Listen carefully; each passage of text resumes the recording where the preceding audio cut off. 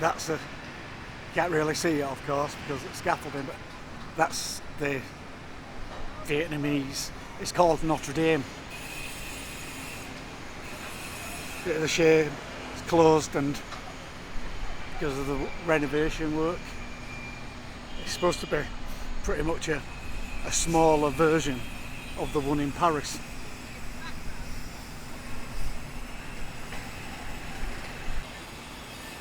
So unfortunately you can't really see what it's like,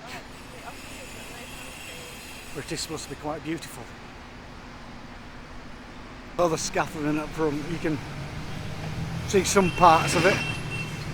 Oh, it's a shame it's closed as well. As the French would say, c'est la vie. That's it, it's the Supreme People's Bursary Representative's Office in Ho Chi Minh City.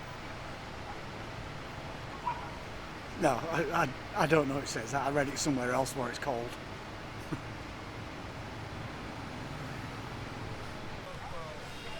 This is the Independence Palace, which was lived in by the leaders and royal family, and then until 30th of April 1975, and the Vietnamese Liberation Army rammed the gates, came in here and removed the flag at the time and put these up. Not the same flags of course, but quite luxurious really, this palace. The Independence Palace. And it's a big place. The palace didn't seem that high up really, until I had to walk up all the steps. And I felt slightly differently. I didn't notice them at first. The tanks. I mean, this is a really big area. It goes on for, I don't know, half a kilometre. Parks and grounds and stuff like that. Oh, it's not something you see every day, is it?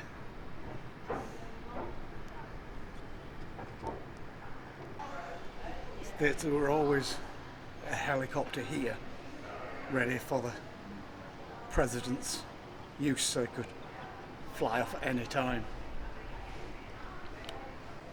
I don't know if you can read it, but 1975, first lieutenant pilot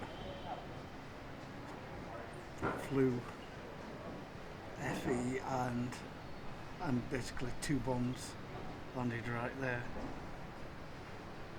That's some of the shrapnel from it.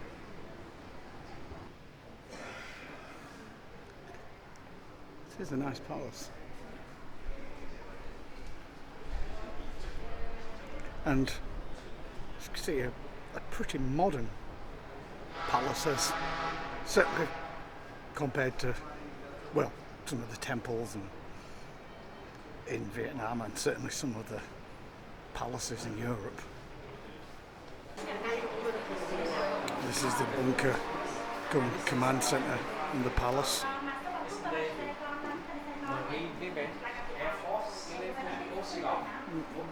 And these are all they're actually used for if there were an invasion.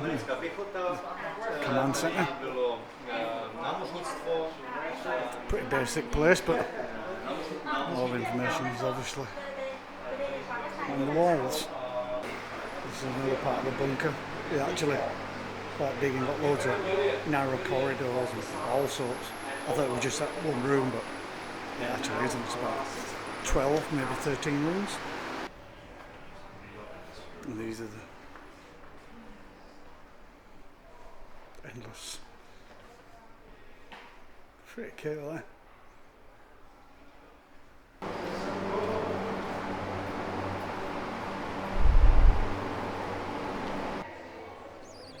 Never really thought about it, but I suppose you have to have target practice somewhere.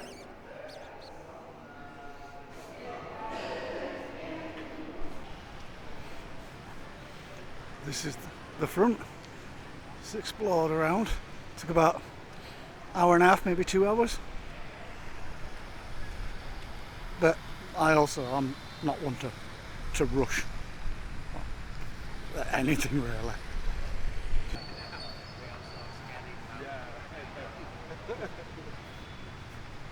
These are the tanks that were used to crash through the gate and declare independence, and then later reunification.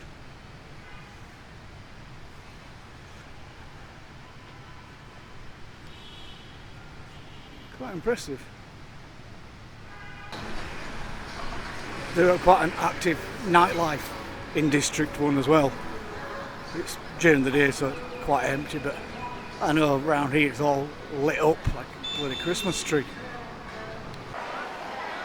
And this is the famous Ben Tang tourist market, and you can pretty much buy everything. And probably a few things you shouldn't, to be honest. But big place. Stacked high. Look at it all. Seems to go on forever.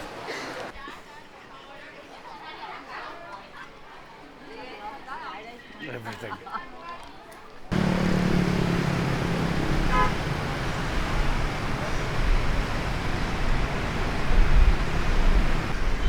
Look how low the water is. It's usually, well, you can't see the banks or anything. Strange. Never seen it like this. I've been, for the last 5-6 days, I've been passing it every day, a couple of times a day.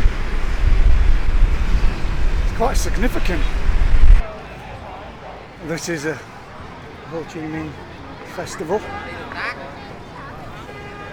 That's what's on. I walked through here the other day, first day I was here, and they were just building it. So, it's like they're finished. It's open and busy. Ở trong tuần lễ đông này, và quý vị khán giả ơi, thành viên nào có dự đoán của mình chính xác chúng tôi sẽ gửi ngay một phần mì udon. Rồi chúng ta lui sau đồ mà, lui sau giùm em chút xíu đồ mà, lui sau giùm em chút xíu đồ mà, lui sau. Noodle eating festival, or noodle eating competition, should I say? What a mad place!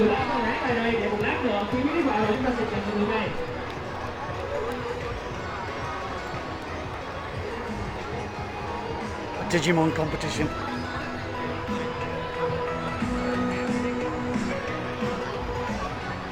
How cool is that?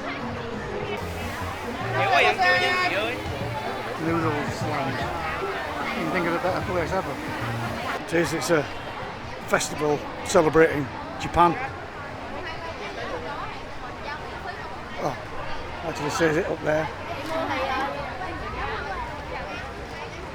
A lot of people in some pretty cool cosplay outfits. Some pretty big squares, roundabouts. And then it's just rolling the dice when you cross.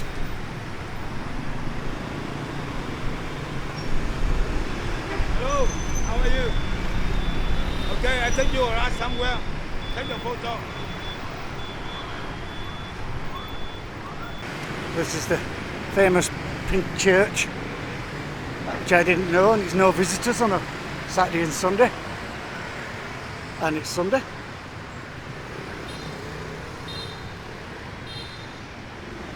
It's quite impressive.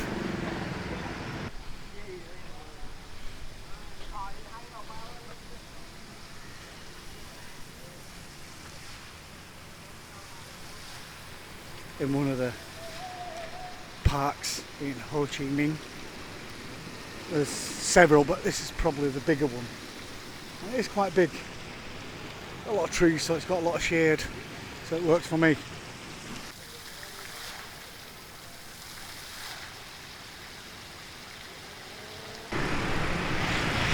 Didn't notice it before, but that's one very thin building. Well, maybe certainly no more than 2 metres wide. And you come to these little stores and you get some of the best sandwiches around. They're all over the place. Beautiful sandwiches for next to nothing.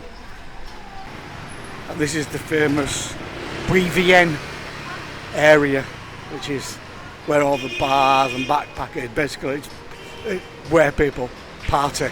And on a night time it's supposed to be close to vehicles, so basically a walking street. And as you can see, all the bars, and this goes all the way to the end, about 1 kilometre, and it's just people drinking, partying, just having a good time. Certainly it's a place to be on a weekend.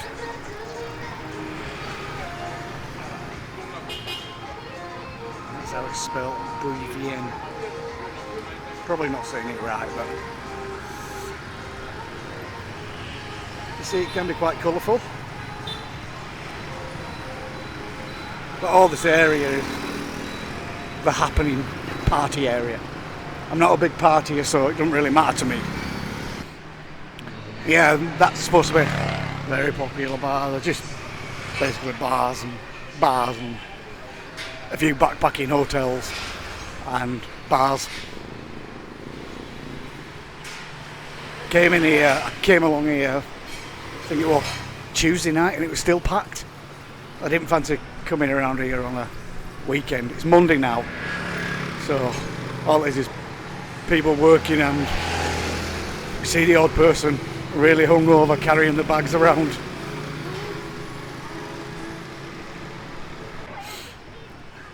And this is all by the town hall.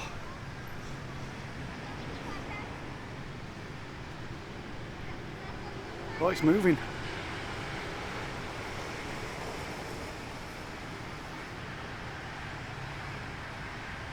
Oh, that's moving as well.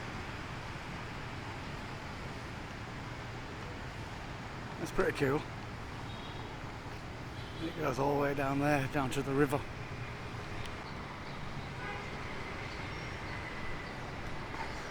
Pretty long dragons.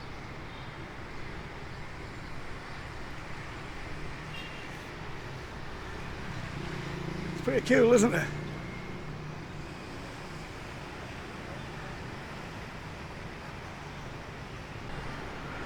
A bit of a showcase of Vietnamese fashion. And the quirky apartments.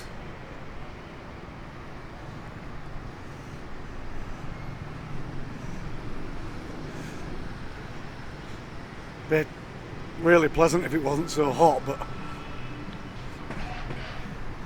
you know, that's what happens.